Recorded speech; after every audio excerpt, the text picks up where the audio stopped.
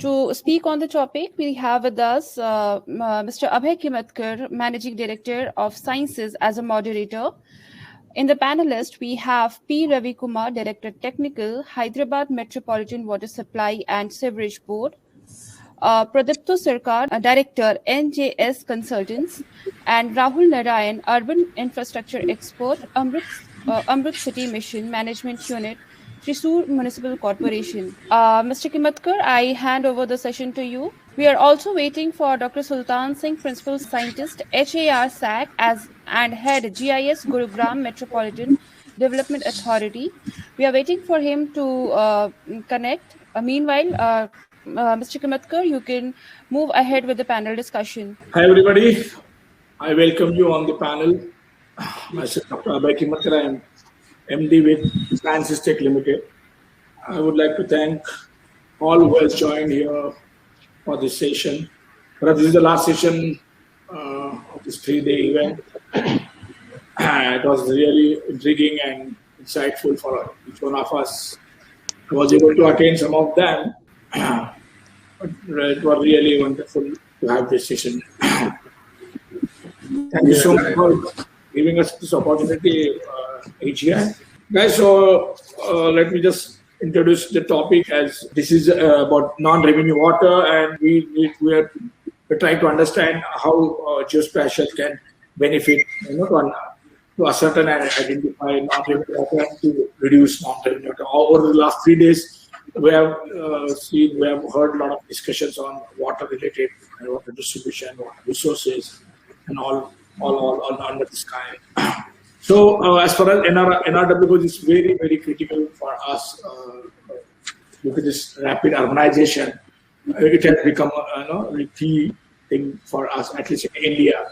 Water would be really one of the primary element of this human race to have the sustainability for this urbanization and probably to move forward. There would be challenges facing globally. Specific to India, we can definitely discuss all this kind of discussion.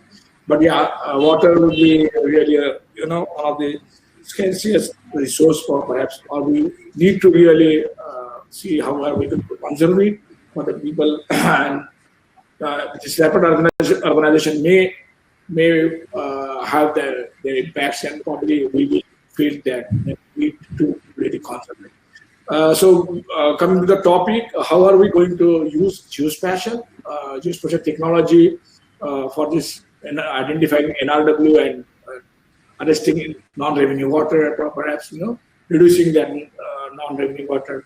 So we have experts who would put up their thoughts and perhaps show us a roadmap how are we going to have that addressed in India. But to proceed further, some statistical data I would like to put up. Like as far as India goes, the World Bank has given some numbers which are almost 30 to 40% is NRW average. We are finding out in urban and semi-urban locations where the distribution network has been created. This really has huge cost to really repair those damages, are probably loss of revenue, which is about $18 million US.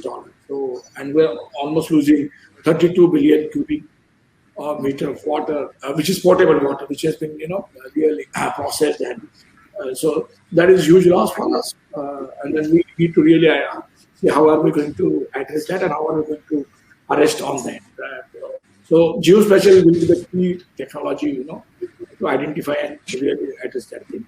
We also should think of going beyond NRW. Even NRW is definitely a key, but we need to also see how are we going to bring out the efficiency in water distribution network. And even special technology usage, bringing out that efficiency. There can be a right way of water management, there can be a smart water management, there can be automation, there can be addressing leakages, water theft, a lot of challenges there. So to address that, we will have this discussion going forward. But perhaps what I foresee or what I see a major challenge in addressing or perhaps identifying an RW or entire water distribution network is a lack of asset management or data pertaining to the assets of distribution network or perhaps the reservoirs or everything in the water distribution network.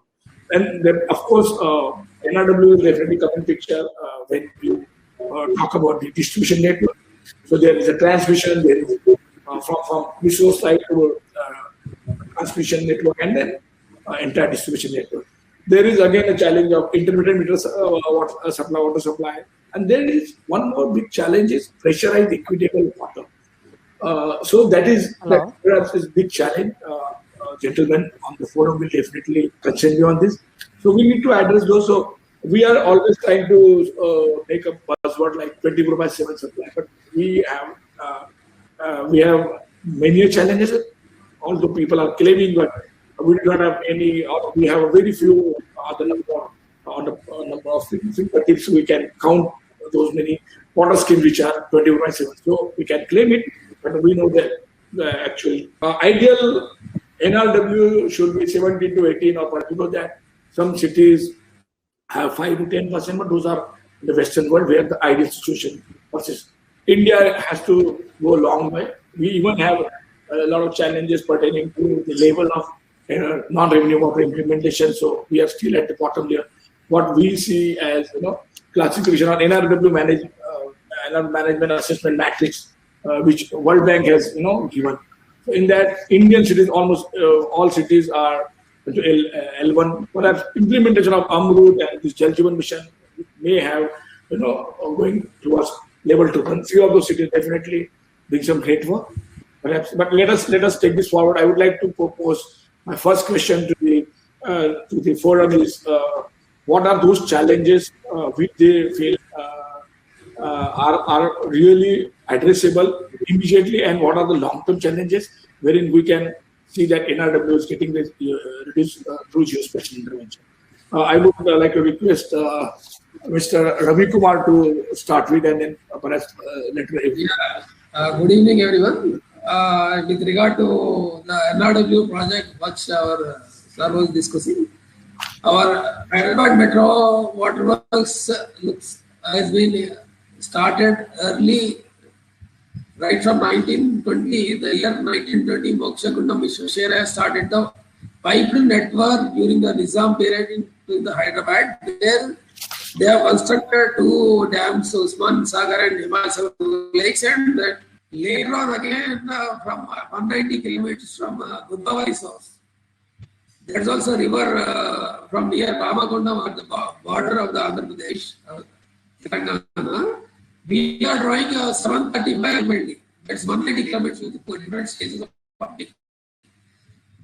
All the water which has been drawn is being the pumping due to 3-stage and multi-stage pumping. The cost of pumping per KL was over 6 rupees like that, or above 40. And the water, keeping in view of the other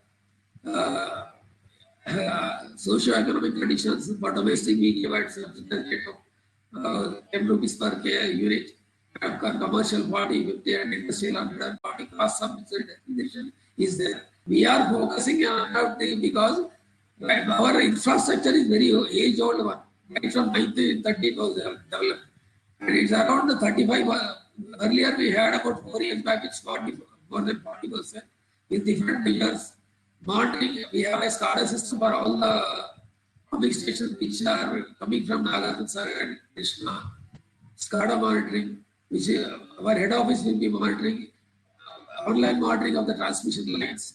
Everything we were taking care to avoid the loss of precious water supply. We have reduced by about 5-6% the transmission by controlling all the loopholes and other minor leaking points. In the city, because of the age-old infrastructure, we have made a master plan. We have about 10 lakh connections, domestic or commercial connections. And we have divided into 2,700 dockets. Each docket will have about 2,000, 3,000 connections. So, in order to curtail this from this differential in the delayed supply, we have proposed for docket metrics where the supply, we have studied the quantity of supply and the billing of project. That were about for that worked out about 122 crores for completing this in order to we our aim is to bring it to less than 20% over a period of time. And results was involving less than 300 mm diameter, where we have the distribution with the network. We go for online ultrasonic meters. We are adopting the low domain technology. We are calling for the tenders with the service providers. We will be just hiring their towers. We will be sending the signal from each point to our centralized data. Therefore, below 300, we are going for the insertion type of meters. Another 364 meters, which there the diameters are more than 300 up to 800 diameter. We are going for clamp-on meters without disturbing the existing flow of water. Clamp-on ultrasonic meters will be fixed. Thereon we will be getting the data. Each docket, as I said, we have divided into 2700 dockets. Each consumer is asked to have a good metering system. If anybody doesn't, all the domestic meters will be. Mr. Ravi Kumar, with the inputs, what the kind of work you are carrying out for Hyderabad Metropolitan Water Supply, I would like to ask Rahul regarding the Amrut city. What is defined by creating this entire Amrut model or Amrut program or Amrut 2 perhaps. So what major challenges they foresee, and then they derive it to address those. So perhaps that will really cover the other elements as well. Good evening, sir. In Kerala, there is a water authority, a parastatal called Water Authority, which deals with all the water supply problems of the state. Only in Thrissur Municipal Corporation, we have a separate water supply department and an electrical department also. This is a special case in Kerala. So only Thrissur Corporation has got its own water supply department and electrical department in Kerala state. So when we started up Amrut and water supply, we had to look into the scenario as two different cases, which is run by Water Authority and which is taken care by the corporation. So initially we were just taking the corporation side, because Water Authority as such is a big institution and they have lot of systems and staff to take care of the things. Here in the other case, things were a bit difficult. We didn't had any backup data. We didn't had maps. We didn't had a database for consumers, and not even maps for the pipelines or even the details of the connections also. So at that time, we started off with a survey, then kept on adding ideas to take it into a single platform. From there, we started thinking of using GIS as a platform. So after the survey with GPR and GPS systems of the consumers and the subsurface assets, we plan to showcase this on a GIS platform. From there, we can have a hydraulic model so that we can predict whatever be the supply or whatever be the outages which can come, and we can add on to that as some descriptive predictive analytics which was added to this. This is in a progressing stage. The project has not been completed, but all the mapping things are being done and completed.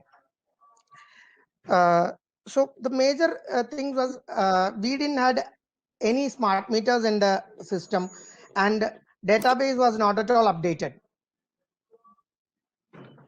So we started collecting data. Almost 18,000 consumers are under Thrissur Corporation. That data was collected, their personal data, everything was collected, and using GPR, we have scanned around 500 kilometers of pipelines, and which is now depicted in the drawn image of the city. So that and 250 smart meters are installed in nodes where we can measure supply to certain lines, so that all the water balance data can be collected and which can be used for further analytics. That is the basic project that we have done. On a later stage, we are planning to get a consumer redressal system also, so that they can complain or even get the feedback, and online billing also will be provided in this system. This is the basic thing of the project which we are doing here, sir. Okay, thank you, Rahul. Yeah. So my next question is to Pradipto. Pradipto has come out with a wide exposure and experience with NJS, with global experience in water distribution, water resources management. So Pradipto, I will have some typical basics to be addressed. You must have experience in all through your career. So what I was trying to understand, the challenge is what we discussed with these two gentlemen earlier. But I would like to touch on the basic things like, we always envisage to create a plan, right kind of water supply scheme, but we never, or I don't see in India the serviceable benchmarks has been achieved, perhaps those, and then even what we foresee, and the efficacy or the efficiency of the network reaching up to the optimum level, even that has, so that there are challenges where you see drop in pressure, you see intermittent supply. Even we are not addressed what the idealistic situation is, to isolate or to operate through DMA kind of arrangement. So, and then the schemes where the new programs which, and perhaps number 2 urgent Jeevan mission. So those were anticipated to address those perhaps. But do you feel as a consultant, we can still have some scope in improving those, or optimizing on the economy of NRW, because we are not able to balance on the economical factor only to achieve certain benchmark, like to reach up to 18% or 15%. We have to also see the balance of how economically it is viable for us. Otherwise, the things will go ahead. So I need to understand what is your perspective on that. Now, actually, as a consultant, we have been involved in various projects in different cities in India. Which I have worked in Bangalore, I have worked in Agra, I have worked in Guwahati, and basically the contracts are of different types, because what is happening is the NRW reduction contracts are not taken as a standardized contract. Some take it as a distribution improvement, somewhere it is a NRW reduction, somewhere it is leakage reduction. So there is no generalized way of approaching, and different utilities take this up in different way. But the basic difficulty which we found in this type of contracts is the collection of the base data. And what happens is most of these contracts have got a survey phase, and then it has got a project implementation phase of the capital investment program, then followed by a O&M. And most of the contract is a capital intensive type of contract. And the very less time is given for the survey and investigation. Collection of this data becomes a very, very critical part, and your non-revenue water assessment and everything becomes as accurate as the data you are creating. Because with that base data, you are creating the asset management system in GIS, you are doing the hydraulic modeling. So I think sufficient time should be given, or sufficient, we would prefer that this survey data collection and then GIS updation or asset management need to be taken as in the first phase, maybe as a separate contract, and then we should go for a capital investment program and then followed by NRW reduction. Otherwise, what happens that people are more keen on starting with the CapEx program. So that is one point which we are, I would like to highlight. And the second point is that the NRW reduction, you see, this is a continuous process. You have implemented, you have replaced the pipe, you have changed the meters, you have changed the service connections, and then your UFW levels we have seen dropped from 38 to 40%, and even it has come to levels of, in different DMAs it varies from somewhere the reduction has been as low as 15%, 16%, but in some areas it is as high as 26, 27% after the full project period. But what happens is once you finish the project, the O&M phase starts. And then the impetus goes. The people are not very keen on doing the works like leak detection once as rigorously they should do. And what happens, the target starts to slip, and within a year's time, the thing comes back to what was done. All the 3 or 4 years of hard work and all goes in vain, and it has again jumps back. I think more, that is the thing, is more stress should be given on the O&M part, because NRW reduction should be followed by a very rigorous O&M contract. And with that, and it is not only a private players, it should be with respect to the capacity development of the utilities, so that together jointly both private and public partnership, they should take up these projects, and the NRW reduction should be not only achieved, it should be maintained. Then only the sustainability of the water utility, because if you keep on losing 30 or 40% of your water as a non-revenue water, then the utility will go into loss, and that will result in the improper services, so which is not at all desirable. So it's like a vicious cycle. So asset mapping is very important for kickstarting such project. And with the GIS, and in Bangalore, I have been involved. I was involved in the pilot project, which was done in 2007 for 35,000 connections. And then I was also involved in the scaling up of the project, which was done for the 3 zones, which catered for more than 3.5 lakh connections.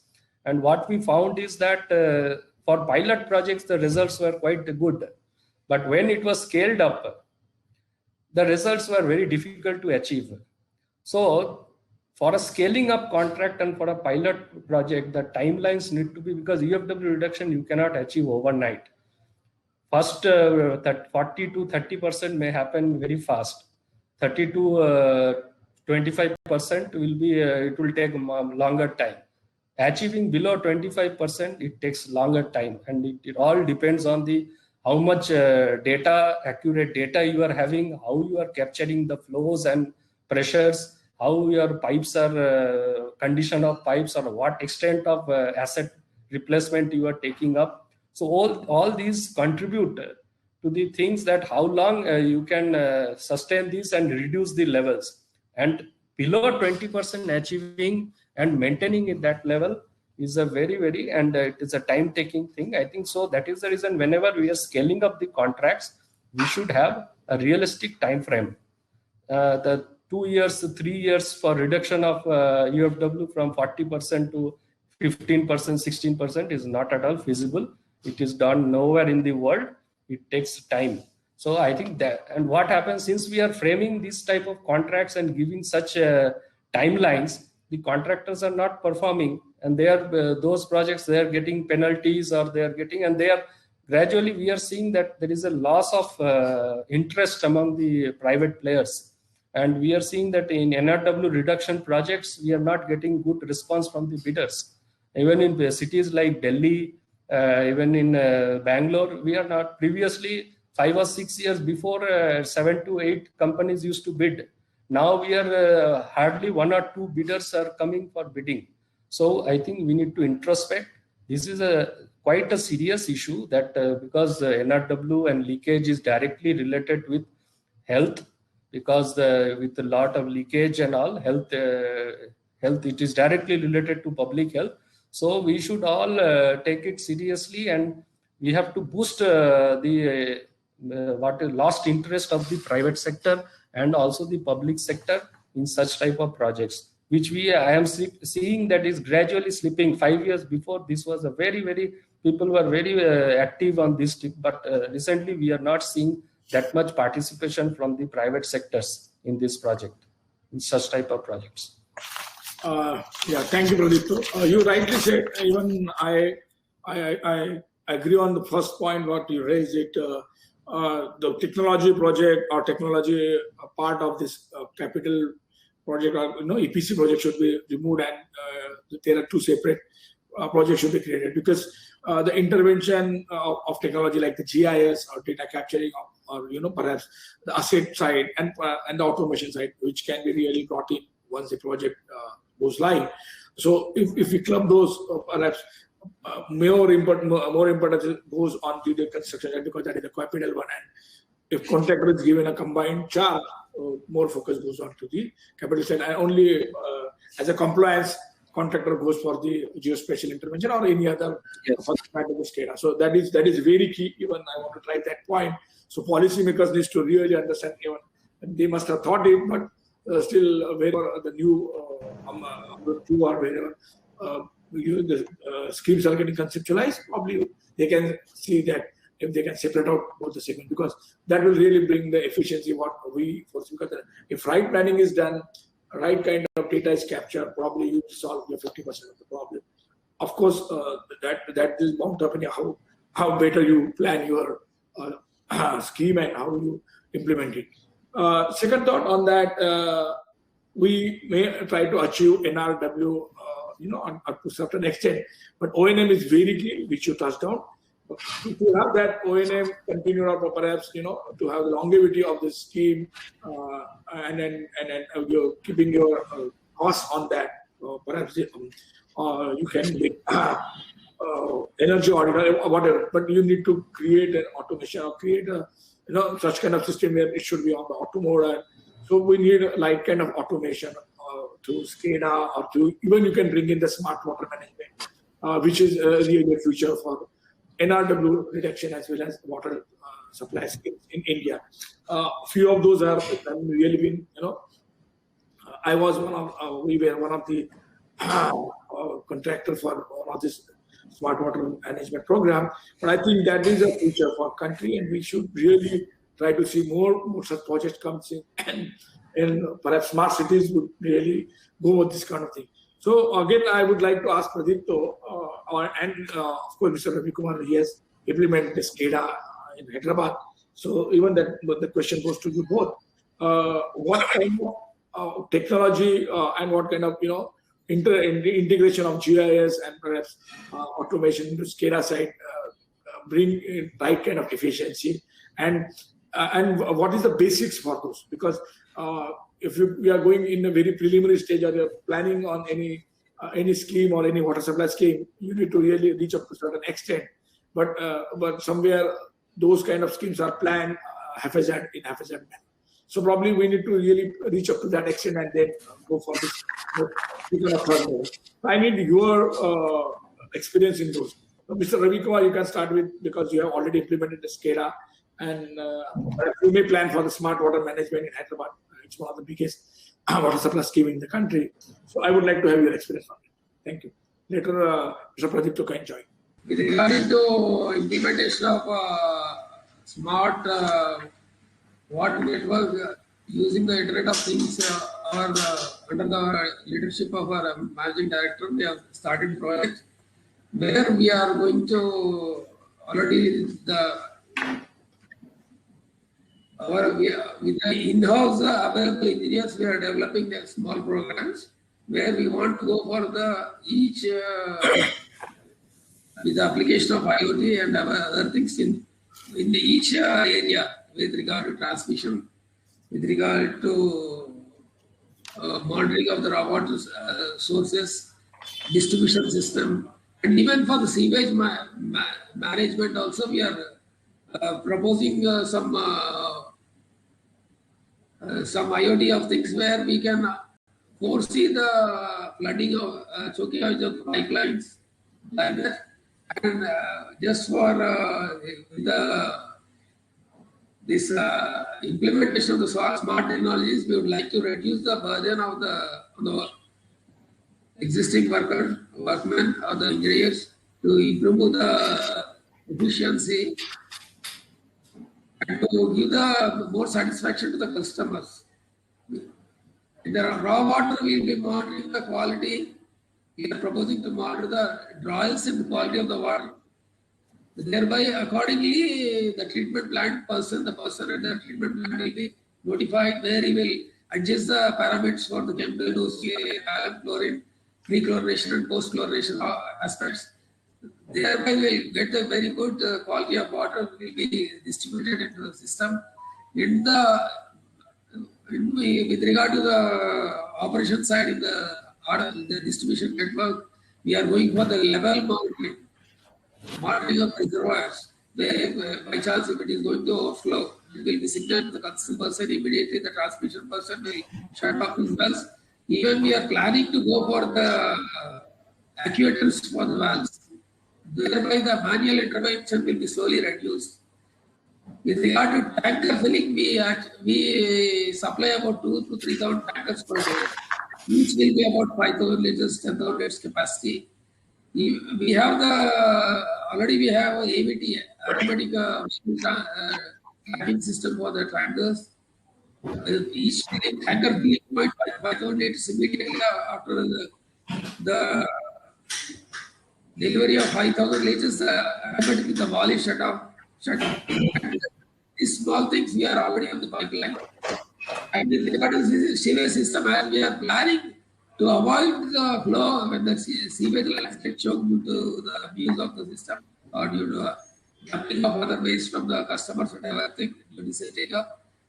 Immediately when about 80-90% of the line is filled up, we are planning that we get a sensor to the concerned area manager. Whereby immediately the gentleman will set the automatic aircut machines we have. They will be going to that network node. Immediately they will open they will attend to the operation. As per the operation schedule, they will go to clog of the sewage system. Whereby we are reducing to create more hygienic conditions. All the systems are under pipeline. We are adopting present. And based on the available engineers, we are making the process system.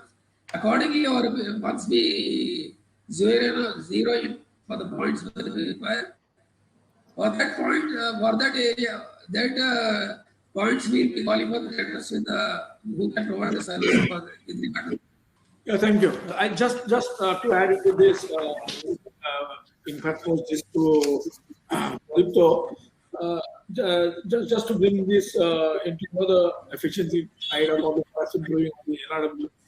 We need some policy benchmarks wherein, like electrical distributions, we foresee a lot of concentration has happened and a lot of theft and losses have been invested.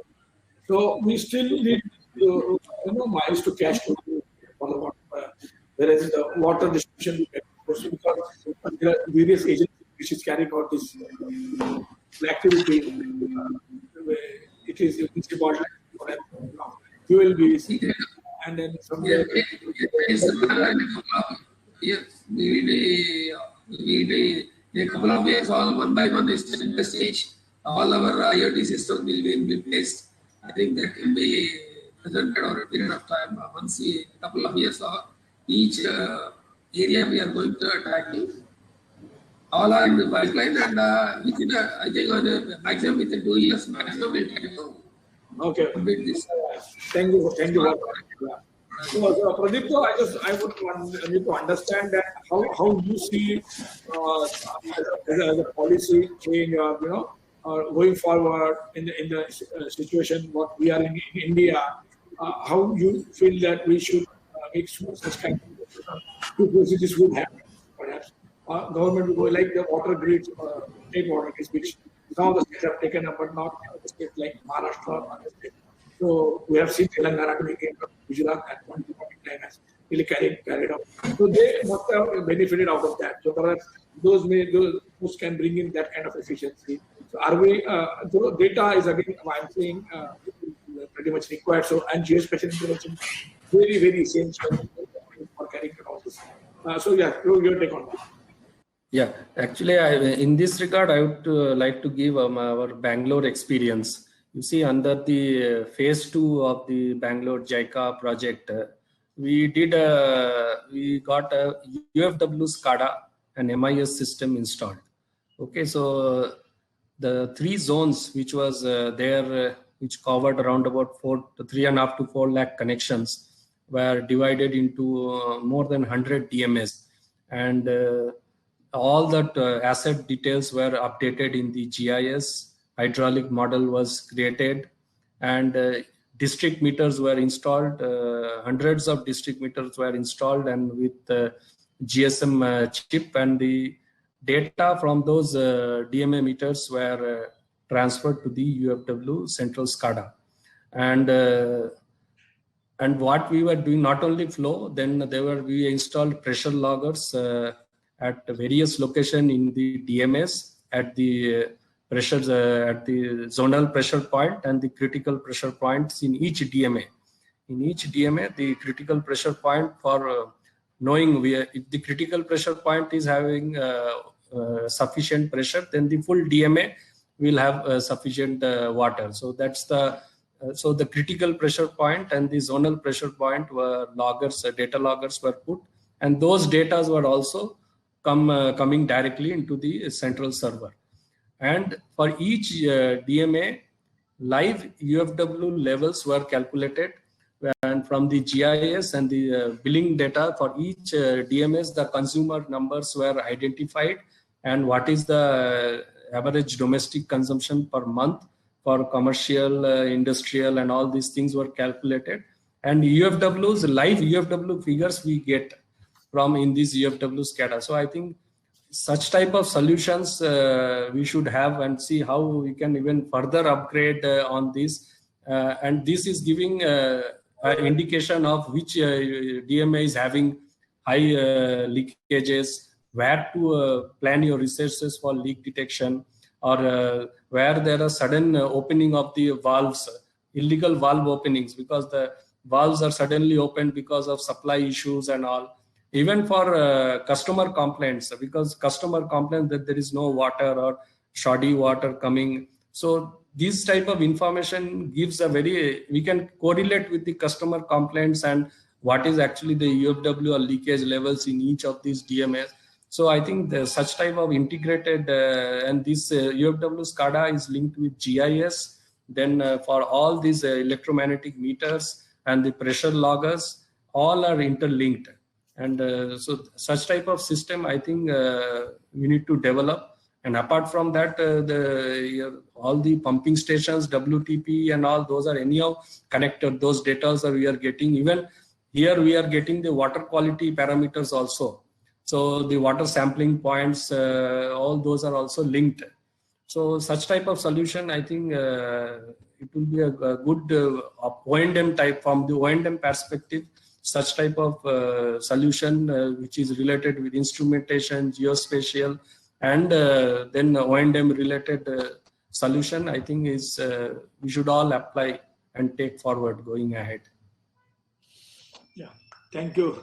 Thank you, Pradeep. So, we are short of time now. Perhaps we have crossed that time. Still, I would like to have you individually closing remarks on the policy, what I asked you, Pradeep. I would like just a quick and quick one on this. Where you think that geospatial will really make impact on this water, not only in NRW but bringing efficiency and distribution for the state or for the ULB or for the any smart city kind of municipal. But just a quick one. Each one of you I would like to put up their thought. Geospatial technology, obviously, since the technology, geospatial technology has advanced so much, and I think we surely should take use of that. And I think this gives a very hand-on asset registry, and which is very useful for taking not only O&M perspective, but also for planning the capital investment planning and programming, and for scheduling your capital investment program for next 5 years, 10 years and all. So I think using the geospatial technology for NRW reduction and similarly distribution improvement projects and for even customer complaint is very, very useful. And it has to be done in a very integrated and aggressive way. Thank you, Pradipta. Rahul? As Pradipta sir has rightly said, O&M is a problematic part in this. Once we install all these facilities, people should use this and take the data to be useful. As sir has told, we have put some portion for the O&M. That the workforce management, even the workforce management is incorporated to the system. If there is a leak or something, the information directly goes to the contractor who is doing the O&M there. That kind of system is incorporated in our system, which has to be put in force now. I think valuable comments from sir will be taken care when we are doing it on this. And GIS being the best part of this, we can get it in a screen, and being this as a new technology and opening for our government sector, so they'll be keen to use this. That is what I feel, sir. Thank you, Rahul. That's it from our side. Megha, over to you. Thank you. Thank you so much. Thank you, Abhay, and thank you to all the panelists for participating and for sharing your knowledge and insight and your expectations from the industry. We really look forward to working with you as a collaboration, taking this forward, taking the agenda forward. So with this, I would just like to wrap up the India Geospatial Leadership Summit by sharing a small overview of the last 3 days. Thank you to all the delegates for joining us for this edition of India Geospatial Leadership Summit. I'm very happy to share that we had a very good participation from various organizations. So we had around 838 unique registrations, delegates who attended this 3-day event, representing 691 organizations. We had 51 speakers who spoke on different topics and subjects over the 3 days. 32 of them were from government and user organizations, while 19 were industry representatives. I would also like to thank all our sponsors and partners, ESRI India, Hexagon, Planet, Maxar, Trimble, Micronet Solutions, and our knowledge partners, India Water Partnerships and India Water Resources Society, as well as our media partners, Everything About Water, Future Water India, Geospatial Media and Communications, and India Water Review. Without your support, we would not have been able to get this summit together. And with this, I would just like to hand over the session back to Mr. Agendra Kumar, President AGI, to share his last closing remarks. Thank you, Megha. And first of all, I would like to thank AGI Secretariat. We have 3 very, very efficient ladies at AGI Secretariat who have made such a leadership summit possible. A lot of effort, I'm sure, have gone into organizing something like this, having such a well-attended event, and having a very wide, I would say, range of speakers from different segments. So I want to thank all of you for making this happen, and especially Megha, who did a lot of planning and execution. So really thank you and congratulations for putting together such an event. I'd also like to thank all the speakers, panelists, moderators who've done a wonderful job in ensuring that we get some real value out of this event. And as Megha said, sponsors and other partners played an important role in ensuring that we had the resources, and a lot of people, event like this cannot be successful only by effort of few people. And each one of the panelists, speakers, many of them were from sponsoring companies. I think they all played a constructive role in making sure that it's a very, very successful event. Geospatial technology for water security, that was the theme. Water is a very, very important subject. The whole world is facing challenge in this area. India especially has big challenge. Many cities are on the brink of losing all the water that they have, losing all the groundwater. There are a number of ways in which we can mitigate that risk and improve the water availability across the country. So very deep deliberations have taken place over last 3 days. A lot of examples were presented about what various organizations have done, and many suggestions have been made that what more can be done to ensure that water crisis can be averted. So these are very good discussions and very good ideas, very good suggestions which have been made, and association will bring all these things together in form of a document, so that whatever has been discussed and whatever new suggestions have come, new recommendations have come, those can be presented to relevant stakeholders in the government. Very well timed. We had an announcement from Department of Science and Technology about a new geospatial data and service guidelines. This is very encouraging. We heard that this is something going to be revolutionary. It's a historic step that government has taken, and these relaxations which have been provided in the policy environment in the country will go a long way in the development of geospatial industry, and the ability for the geospatial industry to contribute more in government initiatives and projects. So this is very, very well timed and very positive step in terms of not only ensuring water security, but also helping the economy to get developed, and it will play an important role in taking India towards $5 trillion economy, out of which it is expected that 100,000 crores will be contributed by geospatial segment by year 2030, and will also create overall 2.2 million jobs. So it will have a major impact on our economy, and I think easing out of these controls and making self-certification possible in many areas, cutting down on the number of permissions required, will help many government departments and private organizations so that they can use more geospatial content and geospatial technologies in their business. So geospatial technologies have the potential of helping people in solving some of the very, very critical issues that we face. Geospatial technologies have been playing very important role in governance in many segments. Government is using these technologies, whether it is DBT or whether it's land record modernization, whether it's Swamitra scheme, which is very important scheme for the country.